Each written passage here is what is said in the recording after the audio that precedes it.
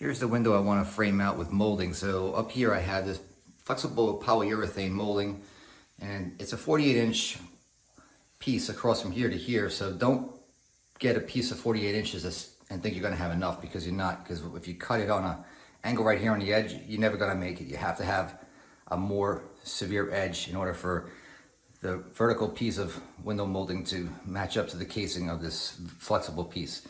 So keep that in your mind. You'll see that when I do the next step.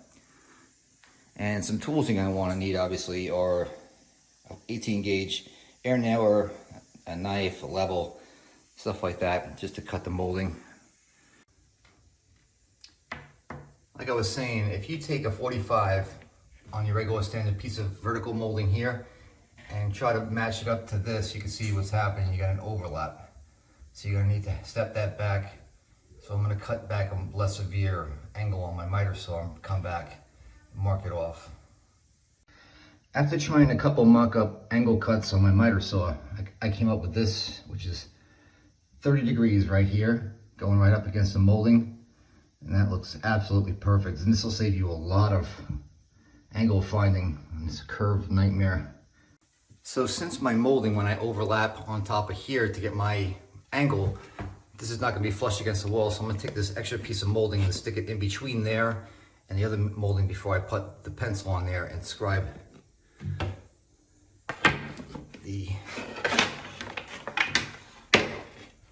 mark, so that way you know you're working on a plumb surface. Hopefully that makes sense. To cut the material, just take a nice sharp razor knife and just nice and slow, just rock the blade in there. Let's see, oh, there you go. So here's with the cuts completed. I got my two casings on both sides.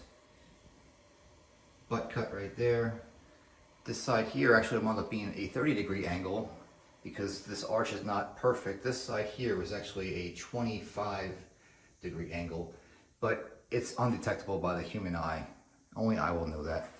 But you can see that they look really nice. They match up beautifully. A little bit of caulk, a little paint, and this thing will look absolutely flawless when it's all said and done. So hopefully this helps you, because I know it was helpful to me to learn from someone better than me, and that's just the way these things work. Now that I've done one, I'm actually looking forward to my next one. Thought I would have never said those words.